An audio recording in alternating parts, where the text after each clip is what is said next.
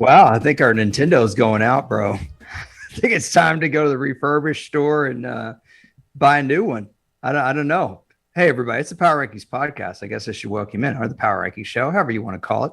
And I'm Elliot Harrison. I'm joined here, as always, with my partner and a father. Not only a father to a beautiful young girl, but a father to a dog that he doesn't give near enough attention anymore. Whoa. Well, she's fine. Yeah, you new dads, y'all forget about your dogs. They don't get food anymore. They don't get water anymore. Just kidding. He is at Marcus_Mosher. How are you? I'm doing well. Should we, for the people that are watching this on YouTube and on Brinks TV, should we address our outfits today? No. Okay, then we're fine. All right, week 5, Elliot. I'm excited to get into it. I am too. So a couple things about this week. First of all, we didn't pull a football card last podcast. We need to do that right away. Get some general accounting out of the way. Yeah. Ready? Yeah. Ooh, this is a good one. Whoa, is that a 1990 Pro Set Pro Bowl card? It is. Is that 97 on the Seahawks? It's kind of hard to tell. A little blurry in my camera. I think that's Rufus Porter. He probably made it he's a linebacker, but I bet you he made it as a special teamer that year. What's it say on the back? It said named to the Pro Bowl as a special teams player in each of his first 2 seasons in the NFL, while also playing linebacker, awarded game ball for special teams play in first regular season game as rookie. He worked as a chef in a Mexican restaurant through most of high school, loves horses and plans to buy one. Sweet. So it's kind of funny. That's amazing. Yeah, those are the Chuck Knox Seahawks, and Chuck Knox known as Ground Chuck. But I think Sean McVay, tied Knox's record for the first 5 seasons having a winning season, because Knox did that his first 5 seasons in the NFL. Knox was a coach of the Rams, but when he went to Seattle, one of the things the Seahawks were really good at was special teams. They had another guy named Fred Young, who was a linebacker, and he made the Pro Bowl like multiple years in a row as a special teamer. So that was like a Seahawks thing in the late 80s. That's back when the Kingdome would get really hard. By the way, that's where the whole 12th man thing started from.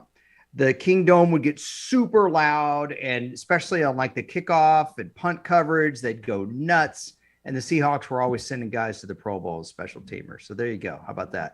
What do you think of the Pro Bowl card, by the way? Do you like having a separate card for the Pro Bowl team? Yeah, they look pretty cool. Now, I will be honest here. That was not the first card that I pulled.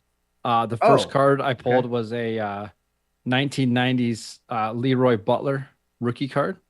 Oh, yeah. But I didn't want you to talk about Leroy Butler. I know you didn't. Yeah, so I didn't. Hey, I know the NFL recently, by the way, we didn't plan this, but just reacting to it, I had no idea what card he was going to pull. But it was recent news that the NFL is junking the Pro Bowl game. Wasn't that about 4 or 5 days ago? Yes, thank goodness. You saw that? Thank goodness. We haven't talked about that at all. We could spend 30 seconds here, but they're going to do a skills chat, right? Chat competition. Challenge. How about a skills chat? I like that better. Just have like 2 quarterbacks going over each other and concepts and 3 technique. Sorry. It's all right. Is that turning you on? Probably no, I hated the Pro Bowl. I've hated it for a while. So yes, get rid of it. You're the best part of it. Now we don't have 19,000 guys that are Pro Bowls because nobody else wanted to play in it. This is great. Yes. This is awesome. Yes. Do you know one thing that I did really like though about the Pro Bowl back in the day is the jerseys before they changed them were really cool. The uniforms, the NFC and AFC jerseys. Yes. With your own helmet.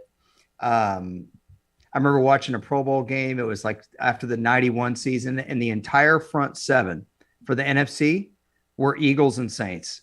Like Reggie White, Clyde Simmons, the Saints linebackers. Yeah, it's amazing. I'm like, wait a minute. There's only Eagles and Saints helmets here. What's going on? Anyway, we are doing our picks today. It is Wednesday. We do our picks as always. If you missed our power rankings, we have been doing those on Monday nights right after the game. So if you want to catch that, that's kind of an interesting podcast because I actually asked for Marcus's help on that. And then listening to it today, I was doing some film study. listening to it today, Marcus argues with all the picks pretty much and that thinks everyone's too high and then forgot that he helped me put it together, which is amazing. So there you go. Mean, so there's nobody better at talking out of both sides of his mouth than myself. So yes. Okay. So let's talk some. We're going to start with the Thursday night game, right? Yeah. Colts at Broncos. Broncos 3.5-point favorites. No Jonathan Taylor this week. No Shaquille Leonard for the Colts. It's gonna be a tough one. By the way, I should know if you're listening to us for the first time, I never know the lines. I don't look at them. I don't look at the over-unders. Marcus just gives them to me so I can react to it.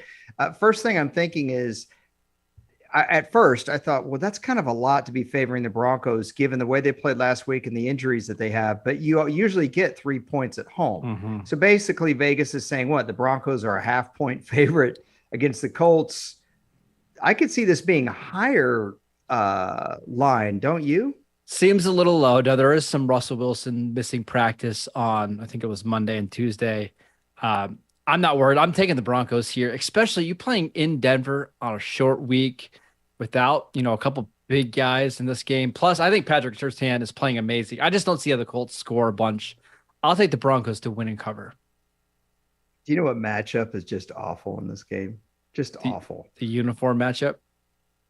No, although we could talk about the Broncos uniforms anytime you wanted about that. They ruin every uniform matchup. But the Colts offense as a whole against the Broncos defense. Yeah.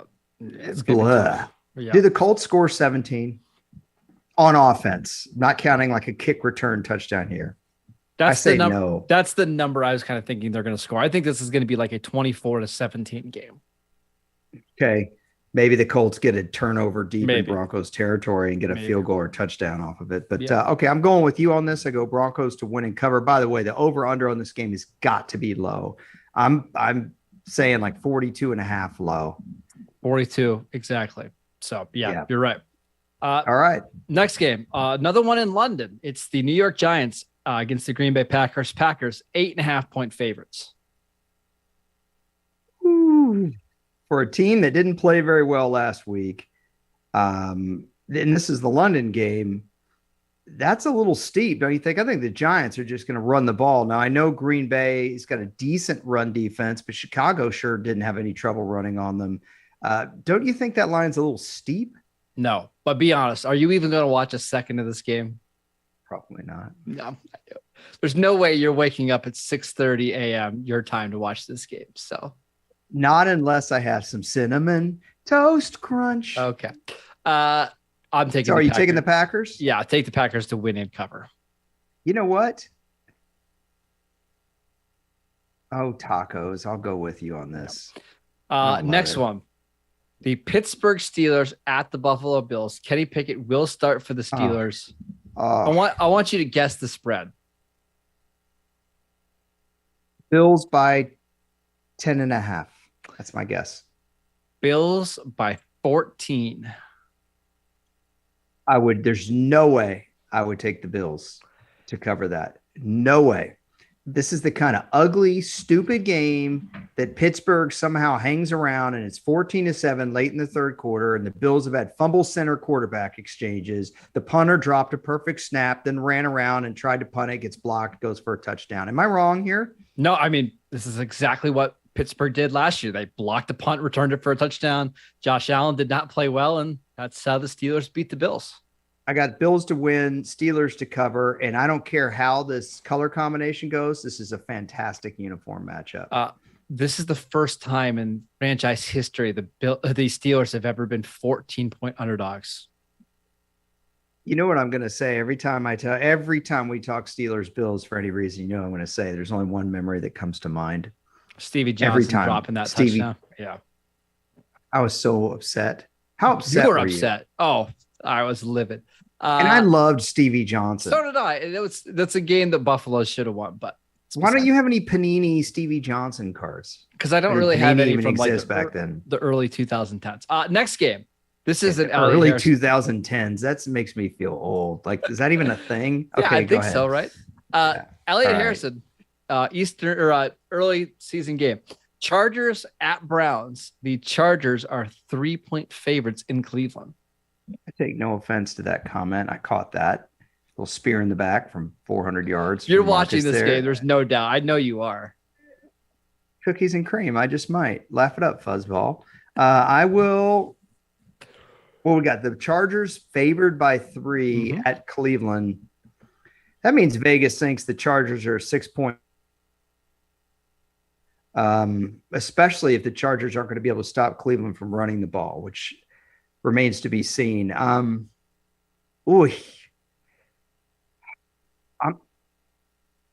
Let's talk. Can we talk injury situation? Because both of these teams have had a lot of problems in that area. Yeah, it seems like Keenan Allen will probably be back this week for the Chargers. Obviously, no Joey Bosa, no Rashawn Slater. For the Browns, I saw Myles Garrett did practice on Wednesday. Jadeveon Clowney still likely out. But Cleveland still without a lot of linebackers. Neither of these teams are particularly healthy going into week 5. This is really hard, man. This is really hard. This is such a walk away. I stay away from this game so hard. There's no way I would bet on this.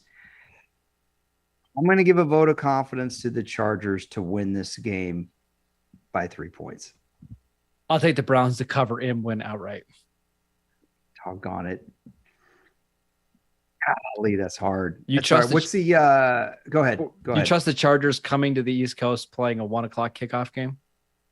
Not really. Yeah. Do I trust Cleveland right now? Yes, no. I trust them to run the crap out of the ball. I do.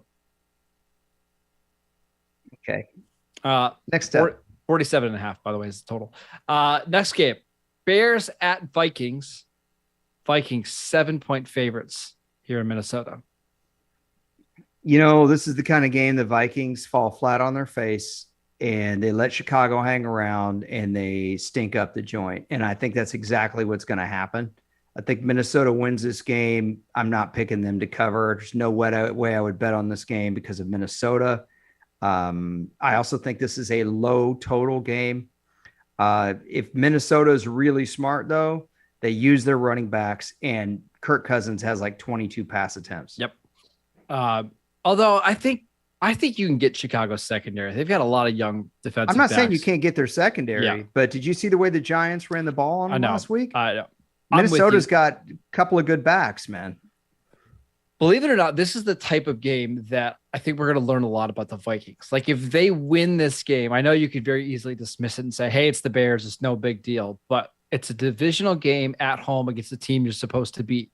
If they go in there and just absolutely dominate them, I'll actually start believing in the Vikings as a real contender in the NFC. But if they struggle and it takes a last-second field goal to win, or they lose outright, that's when I start to get nervous. Dalvin Cook was dinged last week. What are you thinking about him? Yeah, he's expected to play. The Bears, we'll see about David Montgomery. I'm not super optimistic there, but it seems like the Vikings are relatively healthy. This might be a Madison game for Minnesota. Maybe he gets 15 carries. Okay, next up. The Detroit Lions going to New England. Now, this is an interesting I got to take my sunglasses off for this. This is important. Go ahead and guess the spread on this one. New England's probably going to be favored because there's no faith in the Lions right now. But if the Lions start scoring, there's no way the Patriots can keep up with them. I'm going to say they're going to trust Belichick. They have Patriots as -3. Patriots -3 is the answer. Still no Mac Jones in practice. Still no Brian Hoyer. It's Bailey Zappi is a 3-point favorite against your Lions, Elliot. I just hope, Courtney, that you see this, that I get these things right on the nose, and Marcus, nothing from him. I get Rufus Porter making it as a special teamer in 1989 in the Pro Bowl, and I get nothing. Nothing. But if I miss something, oh, yeah, he's all over me. Oh, you got this team too high, bro. Okay. All right. I'll take the Lions to win. Here's the thing. I know you think I'm being a homer. No, you're not. Here's the deal. I don't know if they get ahead by 10 points, just because of let's just say the Lions return a punt for a touchdown. Okay. How are the Patriots going to catch up? How many yards rushing did Rashad Penny have last week? A lot. It's a lot. I think It worries me too. I think New England can run the ball better. That's why this is just a total stay away from me. If I had to lean somewhere, I would lean Detroit. But yeah, thanks, Courtney. This is a stay away from me. Yeah. I'm still debating whether to change my mind on Chargers Browns. We'll get back to that. Okay. Let's go. Another game I'm going to have you guess the spread on. The Seattle Seahawks at New Orleans against the Saints. Still no update on Jameis Winston. No update on Alvin Kamara. Seems like Michael Thomas is not going to play. Oh. What's the spread here in this game? You know, I wouldn't be surprised if this is even money. You're going to be surprised then because it is Saints -5.5. No way. Seahawks to cover that all day. Am I wrong? I have no idea. These are two of the hardest teams in the NFL to figure out. Some weeks Seattle looks dreadful on offense. The next they put up 48 points. And I have no idea what to expect from the Saints team either, who we should also mention. They are playing a 1:00 game after playing in London last Sunday. Like most of the time when you play in London, you get a bye week the next week. Mm-hmm. I just don't know. So we're looking at Winston, Kamara, no Thomas. Probably. Don't you think the game's got to be up for Seattle's offense at some point? Yeah, and I think especially against this group in New Orleans. I would take the Saints to win. I could not take them to cover that spread though. There's no way. No, win by field goal, Saints. That's what I'm going with. Yeah, I'm there with you. The Dolphins at the Jets. Dolphins 3-point favorites with Teddy Bridgewater at quarterback because Tua already been ruled out for this week. This is another good uni matchup, by the way, kind of, if the Dolphins fix their uniforms the proper way. But this used to be a great 80s AFC East rivalry. Man, these were good games back in the day. Then they got kind of good again when the Parcells era against Jimmy Johnson. These games were fun with little Marcus running around. When the Patrick Surtain Sr. was he and Sam Madison. Do you remember that duo? I do. And they had was it Brock Marion at the time? Oh, yeah. So it's Louis Oliver, Brock Marion, Patrick Surtain, and Sam Madison going against the Jets receivers of Keyshawn and Wayne Corbett. Bro, this is some good football. Then you had Lavernius Coleslaw come in. Yeah. As a Joey third Taylor's receiver. brother was on that team, right? Hey, we can go all day. Who was the Jets? So they had Aaron Glenn. Who was it Coleman? Who was number 42? Their like nickel guy. Do you remember? Not Marco Coleman. Doggone it. What was his name? This was a little bit before Kerry Rhodes, right? This is before Kerry Rhodes. It's something like the 2000 Jets. These two teams played maybe the most entertaining Monday Night Football game I've ever seen in my life. Jets Dolphins 2000. Vinny Testaverde brings the Jets down from like 4 scores to win. Jumbo Elliott catches a touchdown. Do you remember this game at all? I do. In the end zone? I remember Jumbo Elliott's eyes just lighting up when he saw it on the Jumbotron. I just moved to LA. I had no friends. Not much has changed there. I'm watching some old traditional TV a guy at the gym gave me sitting, and it's like on my floor. I don't even have an entertainment center. And I was riveted. Probably had some T-Bell here to keep me company. Nachos Bel Grande, beans instead of beef, and a bean burrito with a Mountain Dew. That's my order. Okay, let's talk the game.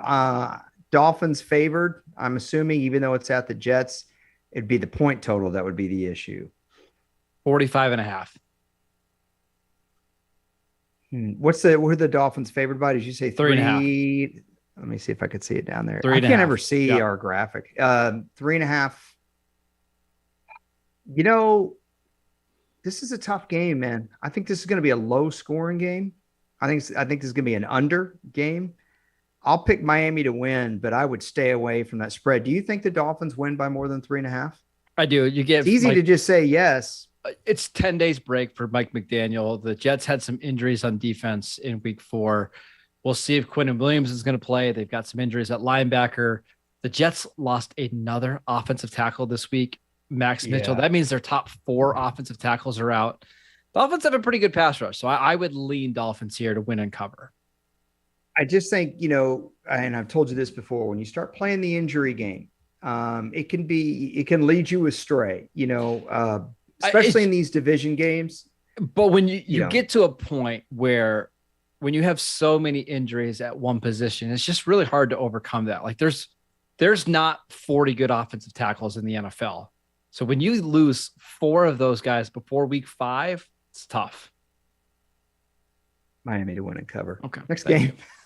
All that just to agree. The Atlanta Falcons at Tampa Bay Buccaneers. Bucs are 9-point favorites in this game. Excuse me, 8.5. I'm 8.5. Boy, that's steep too. Given the way that Atlanta's playing.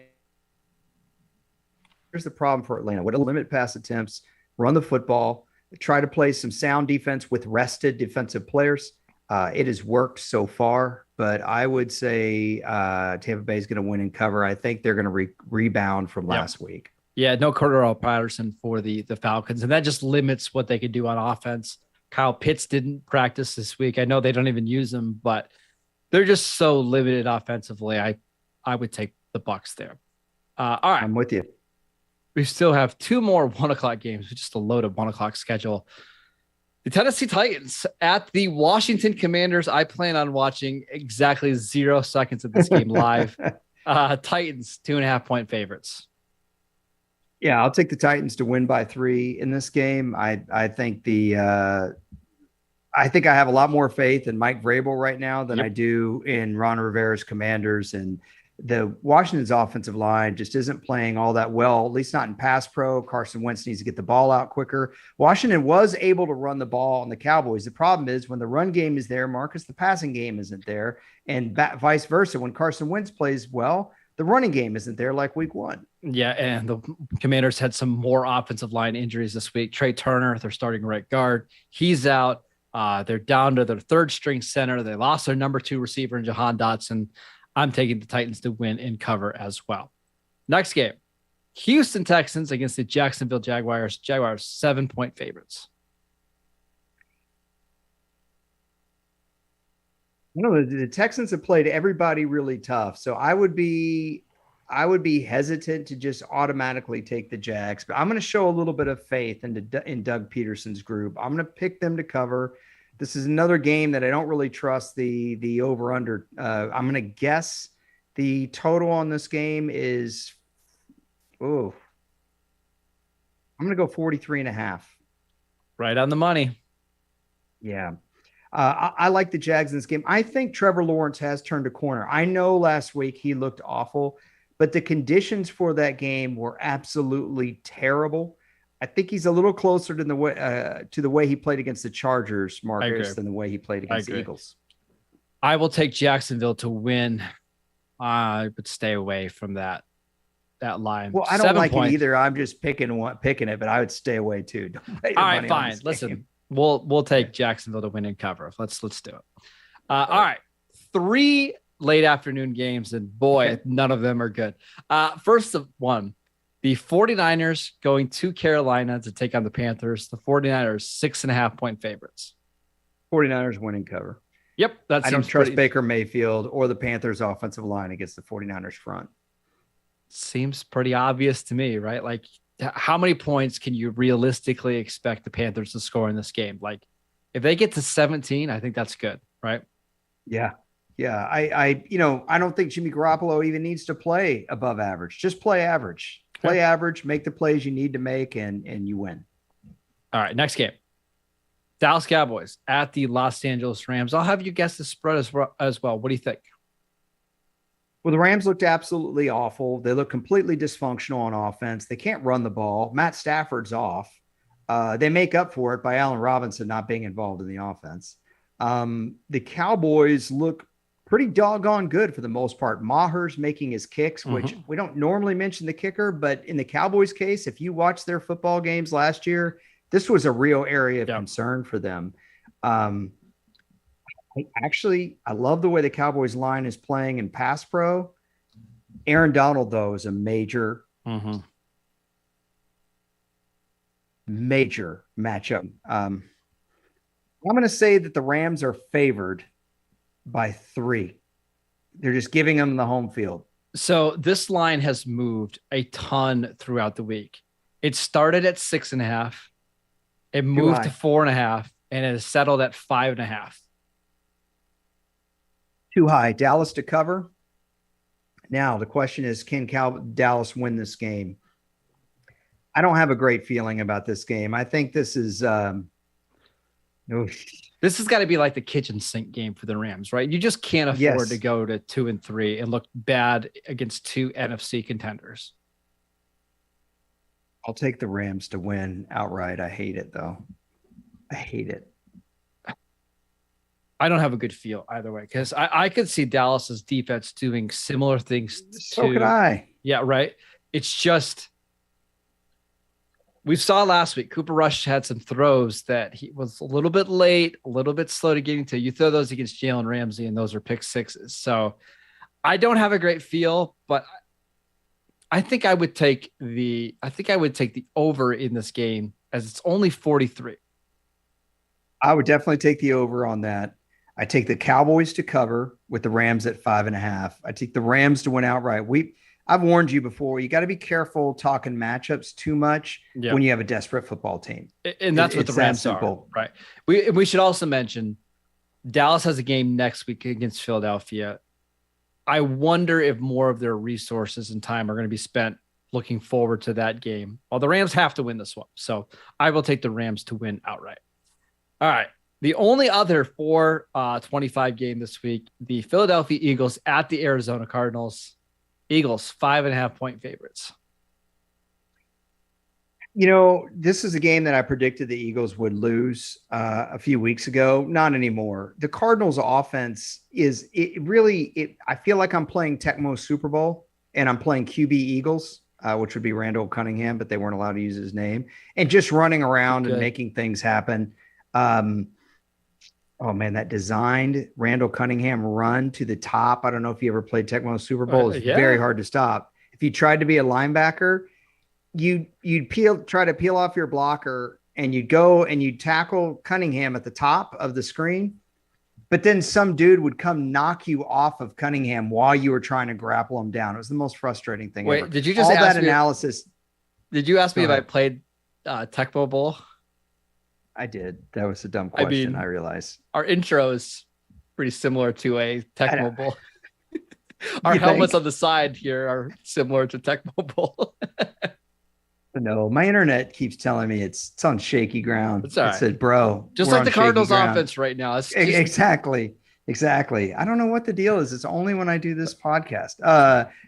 Eagles defense, I think, is going to win the day, though, for them. I definitely like Philadelphia to cover. I like Philadelphia to win. I think this might be a high total, though. 49. Yeah. I could see it going over that. Yep. What do you think? I would stay away because I think 50 is the number that I wrote down when I was looking at these lines. So that's just not a big enough differential for me. But yeah, I agree. Philadelphia to win and cover. All right. So stay away from the total, play the line. That's what we're saying. Okay. Yes. Next up. Sunday night football game and my lock of the week. Are you ready? Yeah. The Cincinnati Bengals against the Baltimore Ravens. The Ravens are 3-point favorites in this game. Mm-hmm. And I'm taking the Bengals to cover and win outright. Yeah. Yeah, you're going a little bit off last year in the matchups last year. This is a problem for the Ravens because the secondary just does not play well. No. And then on top of that, Baltimore's offense can be really hit or miss, as we saw last week. And now they have an injury to Rashad Bateman, their number one receiver. I just don't know if they can consistently sustain drives in this game. That's why I'm taking the Bengals. That wasn't a stout receiver core to begin with coming into the season. That was probably at least bottom 10, if not worse. Yes. I think the key matchup in this game is the Ravens front seven, their blitz packages and concepts, against the Bengals front five. I think that really is the matchup that's going to determine this game. The Bengals offensive line gives Joe Burrow time to throw. The Bengals win, and the Bengals win by 10 or more. If not, it could get dangerous. And I say this because the Bengals offensive line has not looked great, but they didn't look great at the beginning of last year either. The difference is they have 4 new starters, I think, this year. It's going to take them a while, year over year. Yeah. Yep. This is definitely the kind of game you don't need to run Joe Mixon all the time, but 17 carries, and I'd like to see some draws. Make those Ravens pass rushers have to think, and then it's going to open up things down the field because of that. It should also mention Ravens are coming off a very physical game against Buffalo last week, right? Bengals coming off 10 days rest. I would assume they're going to be a little bit fresher in this one. Last thing, what an awesome Sunday night game. Like this is going to be a fun game to watch. Of all the games on Sunday, this is probably the game that I'm the most excited to watch. What's the total on this? 48? 48.5. I was going to guess 48.5, and I didn't because I feel like I've been saying half on all of them. Mm-hmm. Doggone it. Okay, let's go. Monday Night Football. Another fun divisional matchup. The Las Vegas Raiders against the Kansas City Chiefs. Chiefs, only 7-point favorites in this game. I'll take the Chiefs to win and cover. Kind of unfair for the Chiefs. They get big time rest for the Tampa Bay game. They get Tampa Bay, right? Because didn't Kansas City play Thursday night the week before? Or am I misremembering they played week 2. No, you're right. They had 10 days rest for the Colts. Then they play a Colts team that they don't fare well. They get to play an opponent who didn't even know where their game was going to be Sunday night or what was going on in Tampa Bay. Now they get an extra day's rest to play against the Raiders, who haven't looked very good. I think Kansas City's getting a little bit fortunate here with the circumstances. All that said, I think they cover. I think they win. Does the Raiders offense, or can the Raiders offense, Marcus, keep up with Kansas City in this game? That's really the question, isn't it? For a while, yeah, I think they can. We've seen them do it before with John Gruden, right? They were able to score in the upper 30s and low 40s pretty frequently. Derek Carr typically does play well against the Chiefs, but I really worry about the secondary of the Raiders. They've got a lot of injuries there. I don't see them being able to hold up all game long. I don't either. And Derek Carr has been tough to trust so far this year. The connection with Devontae Adams has been hit and miss. I like that they used Josh Jacobs last week. He looks awesome, by the way. This is the best I've ever seen Josh Jacobs play. Then why did everybody treat him like he's like a garbage player? That's the thing I can't understand. Because this regime didn't draft him, right? Okay, maybe so. But even when people were talking about Mayock and Gruden and saying that they missed on every single pick that was high, that's not true. It's not true. But the problem is when you draft a running back in the first round. Oh, here we go. The guy's got to be awesome, right? And while Grab your coffee mug. Jacobs has been a really good player. It's just he hasn't been a great player. Grab your coffee mug. Where is it? I know. I left it at the church. I brought it to Sunday school classroom. Oh, way to virtue signal. I did. I have it. Yeah. Never. Yeah. All right. Let's go. If you were being such a good man, you wouldn't bag on every running back. No, that's fine. Let's go through the games. Colts at Broncos Thursday Night Football. We like the Broncos to win and cover. Giants, Packers. Elliot will not watch this game because he'll still be in his PJs. I'm taking the Packers to win and cover, and so will Elliot. Cinnamon Toast Crunch. Steelers, Bills. We both like the Steelers to cover that spread, and neither of us would be surprised if the Steelers kind of pull off an upset here, but I think we're both picking the Bills, just for the record. Yes. Chargers, Browns. I'm taking the Browns to win and cover. Elliot's taking the Chargers to win and cover. Although he's flip-flopping a little bit. I hate it. I hate it so much. Go ahead. Keep going. Bears at Vikings. It's a tough line because it's the Vikings -7, but we both like the Vikings to win outright. Lions at Patriots. Go ahead, fence sitter. I'll take the Lions +3, I guess. I don't know. Yeah, there was no way you were going to take Zappy. There was no way. After what you said about him on our last podcast. Well, maybe his arm got a whole lot. You told him he made Cooper Rush look like Patrick Mahomes. Have you ever seen that movie, Rookie of the Year? He told me. Have you ever seen that movie, Rookie of the Year, where the kid breaks his arm? And way to go, morbid. Yeah, no, he breaks his arm and then he's able to throw like fastballs like 150 miles an hour. And he gets a major league contract. That's what needs to happen to Bailey Zappi. He needs one of those surgeries. Seattle Saints. We are both taking the Saints to win, but stay away from that 5.5 point line. Right? Yeah. Yeah.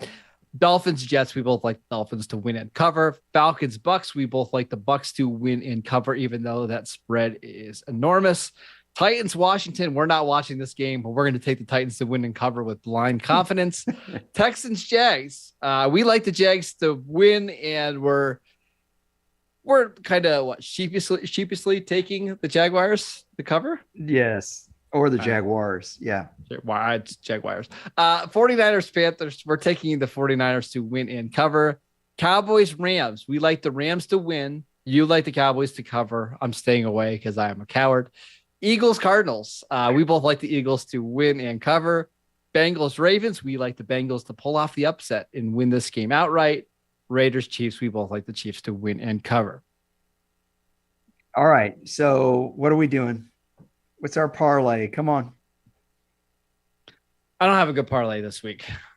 What? But if I had to, shenanigans. If I had to, I would just do money line on the Bengals and Chiefs. Well, how about a $10,000 bet? Okay. 49ers to win and cover at Carolina. Ooh, to win and cover. Mm-hmm.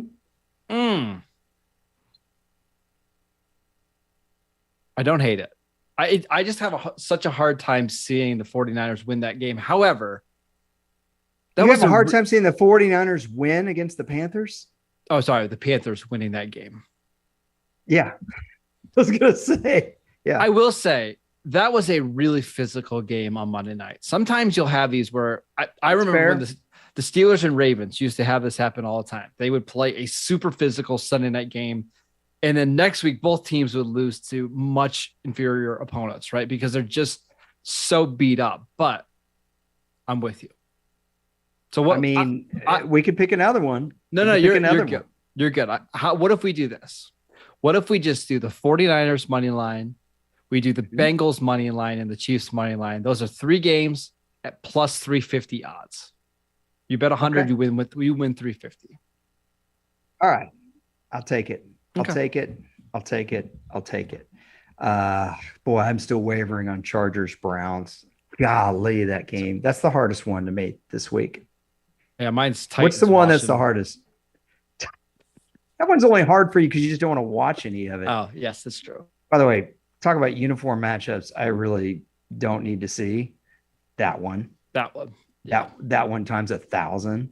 Yeah. Do you know what's a great uniform matchup that we didn't even mention? Phenomenal. Raiders at Chiefs. Oh, yeah. Phenomenal. It's always been great. It's great either way. Chiefs at Raiders is amazing. Raiders at Chiefs is amazing. All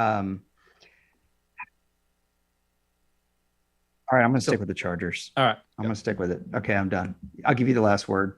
Yeah, just wanted to mention really quickly, Cole Beasley retired today from the NFL. I know he played with Tampa Bay. Was it last week? Decided to step away. So I want to say, what an awesome career that he had. He was an undrafted free agent with the Cowboys who quit on the team as a rookie and didn't think he was going to make it. So some of the leaders on the team went to his house after practice, after he quit, and convinced him to come back. He ended up making the roster, contributed a little bit as a rookie. But by 2014, he was a big part of the Cowboys offense. He became a all-pro, a second-team all-pro with the Bills later in his career. I think that's why I love football so much, is you can get somebody that nobody's heard of, develop into a role. And, now he had an 11-year career, almost 6,000 career receiving yards. What a career, Cole Beasley. You know where he went to college? SMU, baby. That's correct. And what's really kind of cool about that is even in the early 2000s, I think Beasley came out in 11 or 12. 2011. Yeah. SMU, when it got the death penalty in 1987, I don't know if you've ever seen the Pony XS on ESPN. The 30 for 30.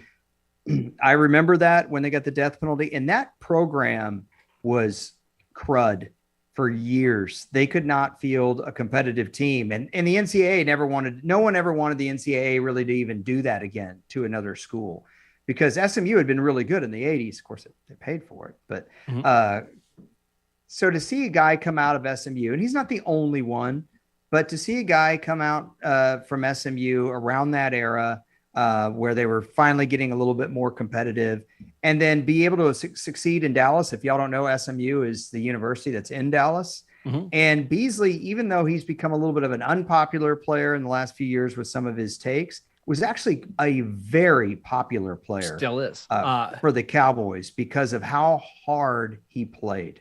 We should also mention that the SMU has had 2 NFL receivers retire over the last month in Emmanuel Sanders and Cole Beasley.